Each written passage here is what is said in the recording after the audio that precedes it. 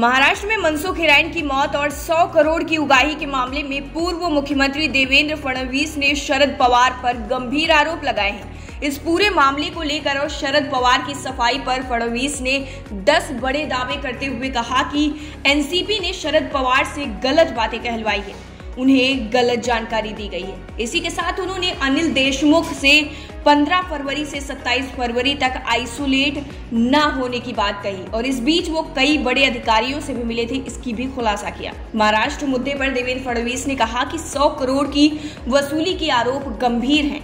देशमुख पर शरद पवार के दावे बिल्कुल झूठे हैं। उन्होंने कहा कि इस मामले में गृह सचिव को वो दस्तावेज भेजेंगे। साथ ही उन्होंने ट्रांसफर पोस्टिंग पर भी सवाल उठाए हैं। फडणवीस ने कहा कि अनिल देशमुख 15 को नागपुर से मुंबई आए थे। देशमुख की मूवमेंट पर पुलिस के पास सबूत भी मौजूद हैं। पूर्व मुख्यमंत्री ने कहा कि परमवीर ने गृह मंत्री पर उगाही का आरोप लगाया है और ये आरोप गंभीर है। इसी के साथ उन्होंने सीबीआई जांच की भी मांग की है। फडणवीस ने कहा कि एंटीलिया के सामने गाड़ी मिली, सचिन वजह अरेस्ट हुए और कई चीजें सामने आई हैं। इसी बीच मुंबई के पूर्व पुलिस कमिश्नर परमवीर सिंह ने एक पत्र मुख्यमंत्री को लिखा और ये आरोप लगाया कि तकरीबन 100 करोड़ की हफ्ता वसूली का टारगेट अनिल देशमुख ने सचिन वजह को दिया था। इसके लिए वो कोर्ट में भी गए। इसके साथ ही शरद पवार ने कहा कि परमवीर के दावे इसलिए झूठे हैं क्योंकि गृह मंत्री पहले तो अस्पताल में थे, उसके बाद वो होम क्वारंटाइन में थे। 15 को वो प्राइवेट जेट से मुंबई आए, लेकिन पुलिस विभाग के दस्तावेज के मुताबिक ऐसा लिखा है कि 17 फरवरी को अनिल देशमुख दोपहर 3 बजे सह्याद्री जाएंगे और 24 फरवरी को मंत्रालय जाएंगे। इसी के साथ ही फडणवीस ने कहा कि कल शरद पवार को सही बात नहीं बताई गई और उनके मुंह से गलत बातें निकलवाई गई।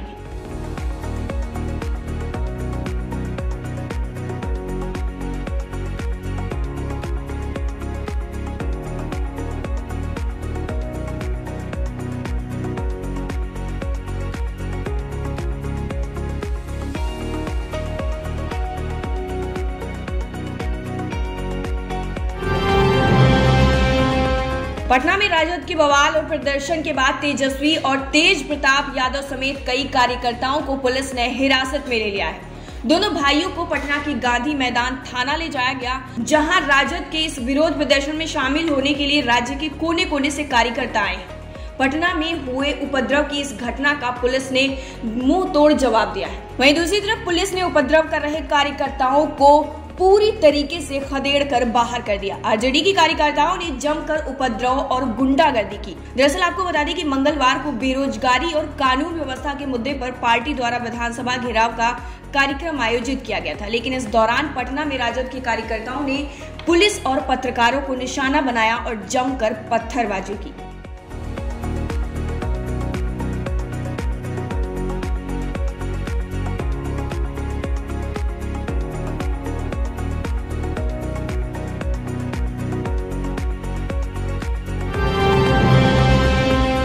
उत्तर प्रदेश के गाजियाबाद जिले में संबंधों में बाधक बनने पर सिद्धार्थ विहार 20 फुटा रोड निवासी ट्रैक्टर चालक पप्पू यादव ने अपनी पत्नी डिंपल की गला दबाकर हत्या कर दी। उसने 2 साल के बेटे को भी गला दबाकर मारने की कोशिश की, लेकिन वो बच गया। घटना के बाद आरोपी फरार हो गया है। मायके पक्ष के लोगों ने जमकर हंगामा किया। डिंपल के भाई राहुल ने उसके पति और सास को नामजद करते हुए केस दर्ज कराया है। आपको बता दें कि विजयनगर एसएचओ का कहना है कि मृतका के भाई की तहरीर पर पति पप्पू यादव और सास कमलेश के खिलाफ केस दर्ज कर लिया गया है।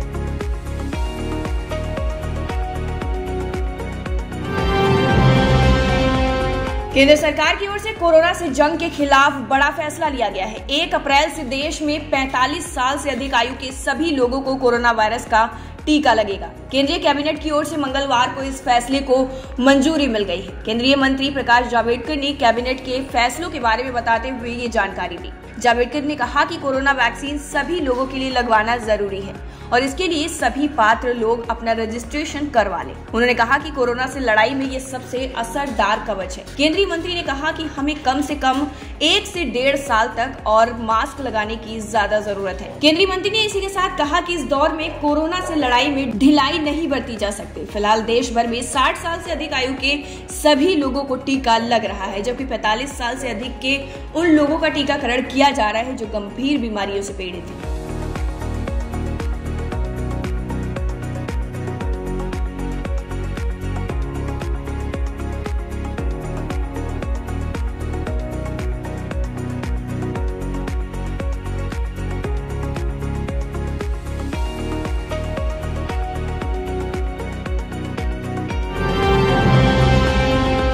उच्चतम न्यायालय ने लोन मोरेटोरियम मामले में अपना फैसला सुना दिया है। आपको बता दें कि न्यायालय ने सरकार की लोन मोरेटोरियम पॉलिसी पर दखल देने से साफ इनकार कर दिया है। साथ ही न्यायालय ने लोन मोरेटोरियम अवधि बढ़ाने से भी इनकार कर दिया है। कोर्ट ने किसी और वित्तीय राहत की मांग को भी सिरे से खारिज कर दिया है। कोर्ट ने कहा कि सरकार छोटे कर्जदारों का चक्रवृद्धि ब्याज पहले ही माफ कर चुकी है।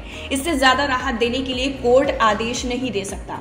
हम सरकार के आर्थिक सलाहकार नहीं हैं। महामारी की वजह से सरकार को भी कम टैक्स मिला है, इसलिए ब्याज को पूरी तरह से माफ नहीं किया जा सकता है। कोर्ट ने मोरेटोरियम की अवधि बढ़ाने से भी साफ इनकार कर दिया, लेकिन कहा कि मोरेटोरियम के दौरान अवधि के लिए कोई भी चक्रवृद्धि ब्याज नहीं लिया जाएगा, यानी चक्रवृद्धि ब्याज या दंड ब्याज उधारकर्ताओं से बिल्कुल भी नहीं लिया जाएगा। कोर्ट ने कहा कि अगर किसी बैंक ने ब्याज पर ब्याज वसूला है तो वो लौटाना होगा। सुप्रीम कोर्ट ने अपने फैसले में कहा कि आर्थिक नीति क्या हो, राहत पैकेज क्या हो, ये सरकार और केंद्रीय बैंक परामर्श के बाद ही तय करेंगे।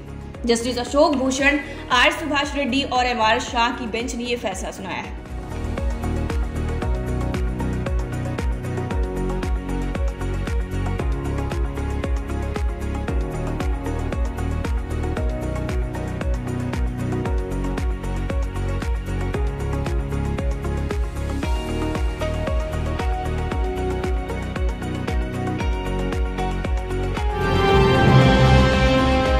पश्चिम अफ्रीकी देश नाइजर में मोटर बाइक सवार बंदूकधारियों ने ऐसा तांडव मचाया कि गांव के गांव शमशान में बदल गए। इन बंदूकधारियों ने 3 घंटे में 137 लोगों को मौत के घाट उतार दिया। हमलावर बड़ी संख्या में थे और बाइक पर सवार थे। हमलावरों ने वहां कई घरों को आग के हवाले कर दिया और भीड़ पर अंधाधुंध गोलियां बरसाई। आपको बता दें कि जानकारी के मुताबिक नाइजर के पश्चिमी क्षेत्र टाहुआ के इंटोजन, बैकोरुट और अन्य संस्थाओं के गांव में हमलावरों ने जमकर खून बहाया है। ये इलाका माली सीमा के पास पड़ता है। हालांकि अभी तक किसी आतंकी संगठन ने इस हमले की जिम्मेदारी नहीं ली है। स्थानीय अधिकारियों ने पहले करीब 60 लोगों की मौत की पुष्टि की थी, लेकिन अब वहां की सरकार ने बताया है कि इस हमले में 137 लोग मारे जा चुके हैं।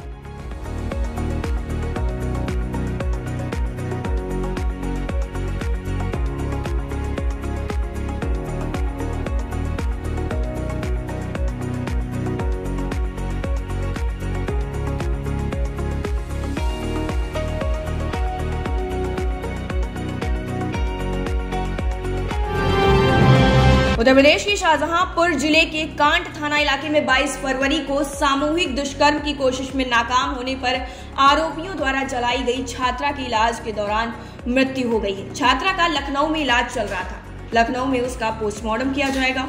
गौरतलब है कि शाहजहांपुर के कांट थाना क्षेत्र के एक गांव की रहने वाली युवती शाहजहांपुर में एसएस कॉलेज में बीए द्वितीय की छात्रा थी। 22 फरवरी की सुबह वो पिता के साथ कॉलेज आई थी। शाम को वो अधजली हालत में तिलहर थाना क्षेत्र के नगरिया मोड़ के पास मिली थी। ग्रामीणों की सूचना पर उसे पुलिस ने मेडिकल कॉलेज में भर्ती कराया था, जहां से उसे लखनऊ के सिविल हॉस्पिटल में भर्ती करा दिया गया था। आपको बता दें कि लखनऊ में मजिस्ट्रेट को दिए गए बयान में छात्रा ने बताया था कि उसकी क्लासमेट पिंकी ने उसे कॉलेज से बाहर मिलने के लिए बुलाया था। कॉलेज से थोड़ी दूरी पर छात्रा को पिंकी की जगह कॉलेज के 2 छात्र मनीष, सुभाष और एक अन्य युवक राजू मिला था, जो उसे नगरिया मोड़ तक ले गए। यहाँ एक बाग में तीनों ने उससे दुष्कर्म का प्रयास किया था। विरोध पर केरोसिन डालकर जला दिया था। छात्रा के बयान के बाद पुलिस ने पिंकी, सुभाष, मनीष और राजू के खिलाफ तिलहर थाने में FIR दर्ज कर उन्हें जेल भेज दिया था।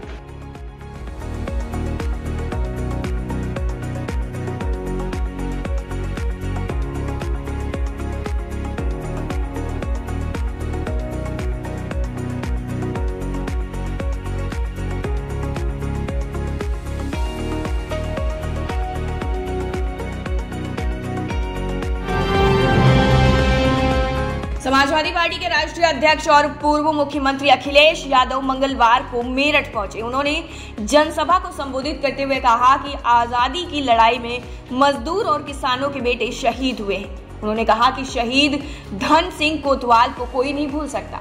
उन्होंने कहा, अगर क्रांतिकारियों ने अपने जीवन की बाजी नहीं लगाई होती तो आज हम आजाद नहीं हो पाते। अखिलेश ने 23 मार्च को ऐतिहासिक दिन भी बताया और साथ ही उन्होंने कहा कि अगर देश में सही व्यवस्था चलती रही तो देश फिर से गुलाम बन जाएगा।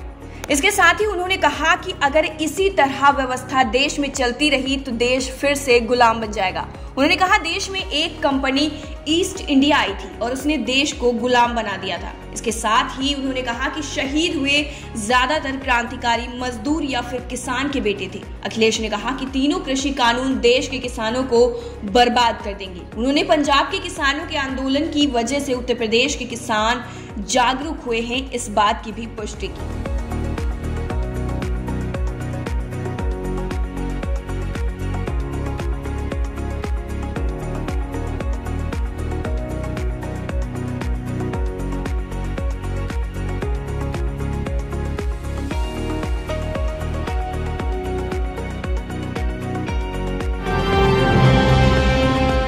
बांग्लादेश की एक अदालत ने एक बड़ा फैसला सुनाया है। साल 2000 में प्रधानमंत्री शेख हसीना की हत्या के प्रयास के लिए अदालत ने 14 इस्लामी आतंकियों को सजा सुनाई है। दोषियों ने साल 2000 में हसीना को मारने की साजिश रची थी। आपको बता दें कि इससे पहले साल 2017 में प्रधानमंत्री शेख हसीना की हत्या के प्रयास में 10 आतंकवादियों को मौत की सजा सुनाई जा चुकी है। अन्य दोषियों को 20 साल की जेल की सजा सुनाई गई थी। इसके साथ ही आपको ये भी बताते चले कि साल 2000 में बांग्लादेश के दक्षिण पश्चिम स्थित गोपालगंज में हसीना के पुश्तैनी गांव के एक मैदान में अति शक्तिशाली विस्फोटक डिवाइस का इस्तेमाल कर इनकी हत्या की साजिश भी रची गई थी। पीएम शेख हसीना वहां एक जनसभा को संबोधित करने वाली थी। हालांकि सुरक्षा अधिकारियों ने जनसभा होने से पहले ही बम का पता लगा लिया था और पीएम की जनसभा में एक बड़ा दर्दनाक हादसा होने से बचा लिया था।